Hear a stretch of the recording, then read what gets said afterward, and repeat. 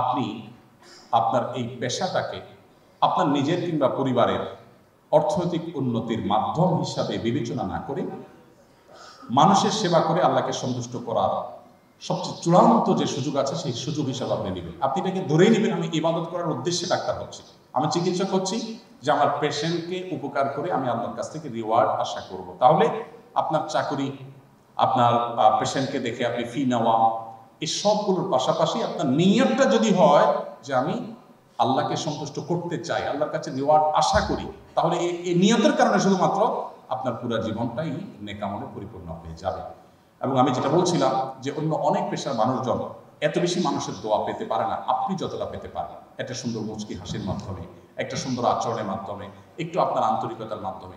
আমি জানি আপনারা যারা এই পেশার সাথে জড়িত আছেন, আমরা এই দেশের মানুষ, আমি আমার মতো সাধারণ রোগী যারা, আমরা অনেকেই বেবুঝা রোগী। ওই যে আমার সামান্য একটা বিষয়ের জন্য 5 জন ডাক্তারকে একত্র করে ফেলেছি, আমরা একটু বেবুঝাই থাকি আমরা পেশেন্ট যারা আছি।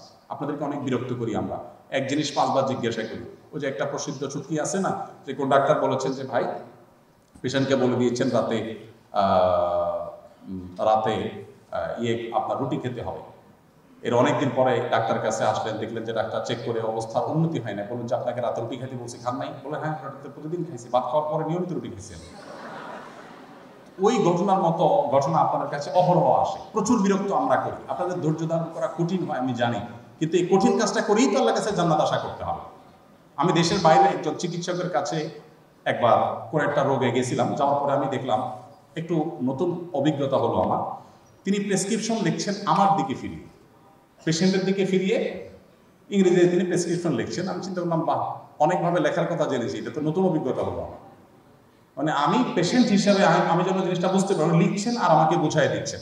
লেখার পরে বুঝাই দিতে পারতেন, বাট তিনি এটা চেষ্টা করছেন। এবং তার যে কসরতটা আমার খুব ভালোভাবে কাজ করলো, যে আমি তার পেশেন্ট হিসাবে আমার বোঝার সুবিধার্থে আমাকে দেখে দেখে তিনি লিখছেন উল্টা দিক থেকে। নিশ্চয়ই এটা আত্মস্থ করতে তার অনেক কষ্ট করতে হয়েছে, কিন্তু তিনি সেই কাজটা করেছেন। তো আমরা যদি চাই আমাদের পেশেন্টদের যে তাদের অধৈর্য, তাদের অনেক আচরণ যেটা আপনাদেরকে কষ্ট দেয় ডাক্তার হিসাবে, আমি জানি আপনাদের বিরক্তির কারণ হয়, একই কথা বারবার জিজ্ঞেস করে, কিন্তু ওই যে স্যার যে কথাটা বলেছেন ওই জায়গায় যদি আপনি নিজেকে কল্পনা করেন, আপনি যদি পেশেন্ট হতেন, তাহলে সেক্ষেত্রে হয়তো তার মতো না হলেও আপনি অনেক বেশি ব্যাকুল থাকতেন, পরেশান থাকতেন, অস্থির থাকতেন। আপনি বারবার জিজ্ঞাসা করতেন, ভয় থাকে ডাক্তার সাহেব ঠিক বলেছেন তো, আবার জিজ্ঞাসা করে যে ভুল বলেন নাই তো। তো এই জায়গাগুলোতে আপনাদের ধৈর্যের পরাকাষ্ঠা প্রদর্শন করতে হবে। আমি আপনাদের অনুরোধ করব যে আপনারা পেশেন্ট যখন আসবে একটু মুস্কি হাসি দিয়ে তার সাথে কথা বলবেন এবং নিয়ত রাখবেন যে আমি এটা ইবাদত করছি, এটা আমার পেশাগত দায়িত্ব পালন করছি না। তাহলে সেক্ষেত্রে আপনার দ্বারা রোগী যেমন উপকৃত হবে, আপনার এই কাজটা ইবাদত হবে।